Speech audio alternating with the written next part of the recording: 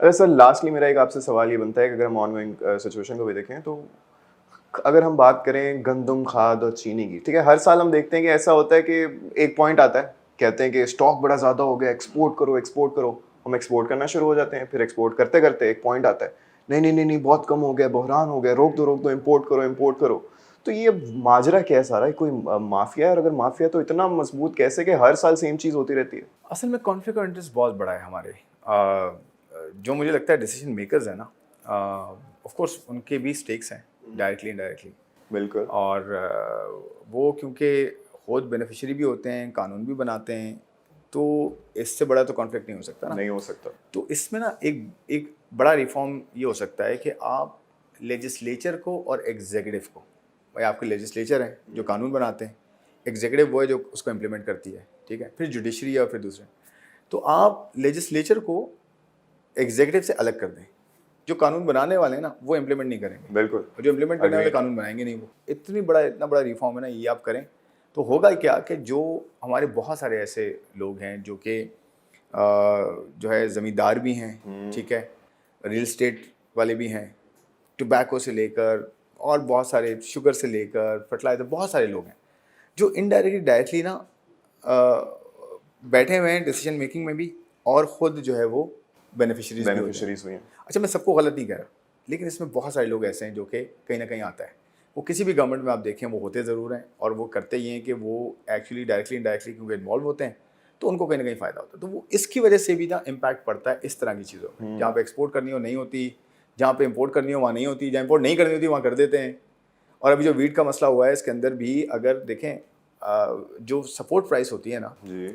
वो fundamentally market economy में होनी नहीं चाहिए, ठीक है। अच्छा। हाँ, क्योंकि आप जाएं वेस्टर्न इकोनॉमीज़ में आपको सपोर्ट प्राइस बहुत कम मिलेगी कि जी हम आपको इतनी इसकी प्राइस ज़रूर देंगे। भाई कंफर्म कोई प्राइस नहीं होती किसी चीज़ की। इकोनॉमिक्स ये कहती है कि डिमांड सप्लाई पे एक चीज़ क्रिएट होगी, आप डिमांड सप्लाई को ट्रांसपेरेंट बनाएं, इसमें कोई जो है ना वो प्रॉफिटेरिंग ना करे, इसमें आपका सिस्टम स्ट्रक्चर इतने मार्केट के अच्छे हों कि फार्म टू मार्केट जो चीज़ होती है ना, कि जो बन रही है और मार्केट तक पहुंच रही है रिटेल तक, ये पूरा सिस्टम आपका एफिशिएंट हो, ठीक है।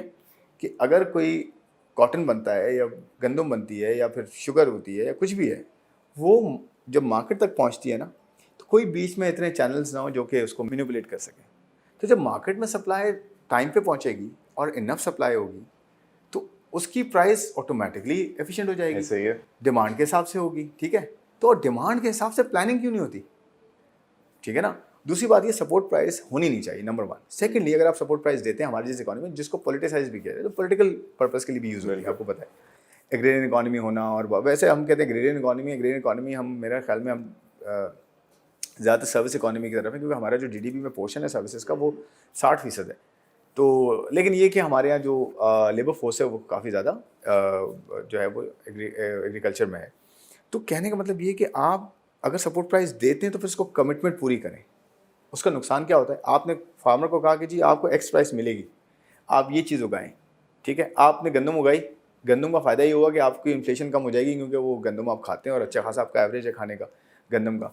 और आप बड़े प्लेयर्स में से भी हैं दुनिया के गंदम उगाने में, ठीक है ना, कॉटन उगाने में, गंदम उगाने में, चावल उगाने में, बहुत सारी चीज़ों में आप टॉप 10 में आते हैं। बातें हैं। आप देखें, इसके बावजूद हम टॉप 10 में आते हैं, फिर भी हम फूड इंपोर्ट कर रहे होते हैं। बिल्कुल। यार इससे बड़ी एम्बैरेसमेंट क्या हो सकती है, ये सोचते क्यों नहीं हम। खैर, तो ये जो सपोर्ट प्राइस की मैं बात कर रहा हूँ, सपोर्ट प्राइस जब आपने दी और आप जब वक्त आया तो आपने इंपोर्ट की इजाज़त दे दी और इंपोर्ट हो गई और मार्केट थोड़ी फ्लड हुई, थोड़ी सी प्राइस भी, अच्छा प्राइस इकोनॉमिक्स भी अजीब यहाँ काम कर रही है, बेसिक थ्योरी जहाँ फेल हो गई कि अगर आपकी सप्लाई बढ़ गई है तो मार्केट क्रैश होनी चाहिए ना, प्राइसेस में क्रैश भी नहीं हुई। आप समझ रहे, थोड़ी सी प्राइस नीचे आई है और आपके पास हाथ में भी गंदम रह गई सरप्लस और इंपोर्ट भी कर लिया आपने। तो एक तो ये कि आप, ऑफ कोर्स ये तो एक राइटिंग ऑन द वॉल है कि ये बहुत बड़ा जो है वो ब्लंडर मैं कहूँगा इसको। अच्छा, आपने ये कर लिया, फिर आपने सपोर्ट प्राइस भी नहीं दी किसान को, आपने उससे जो प्रॉमिस किया, कमिट किया, आपने कहा यार अब मैं आपको नहीं दे रहा, ठीक है, क्योंकि मेरे को गंदम बहुत ज़्यादा होगी, मार्केट प्राइस से लेना तो ले लो। अच्छा, फिर किसान क्या सोचेगा, किसान आपने एक और माफिया क्रिएट कर दिया ना। माफिया क्या, वो बेचारे फिर अपने खुद भी आएंगे रोडों पे, वो अगर वीट जला देते हैं या फिर अगले साल कहते हैं हम वीट उगाएंगे ही नहीं, तो पूरी की पूरी इंपोर्ट करेंगे आप, $2-2.5 बिलियन से भी ज़्यादा, बल्कि ठीक है आप सोचें, बल्कि ज़्यादा से होगी और इंपोर्ट, तो आपके इंपोर्ट बिल पे फ़र्क पड़ेगा। लोकल आपकी वीट शॉर्ट हो गई, जो खाते हैं लोग वो शॉर्ट हो गई आपकी। तो इन्फ्लेशन कहाँ से कहाँ जा सकती है, फूड इन्फ्लेशन, अच्छा खासा वीट का जो है इम्पैक्ट है उसके अंदर। तो आप सोचिए आप क्या कर रहे हैं।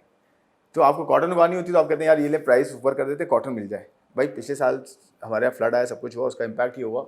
यील्ड आपकी थोड़ी सी बेहतर हुई, आपकी अच्छी क्रॉप आई, चावल आ गए, शुगर थोड़ी हो गई। शुगर तो खैर मैं तो कहता हूँ होनी नहीं चाहिए, वैसे तो शुगर आपका वाइट शुगर नहीं होनी चाहिए, आपको शुगर कैन के थ्रू जो है वो ब्राउन शुगर और गुड़ और उस सब का ठीक है। इसको इनकरेज करना चाहिए। लेकिन कॉटन आपके पास आ गई, कॉटन इंपोर्ट नहीं करना पड़ी आपको।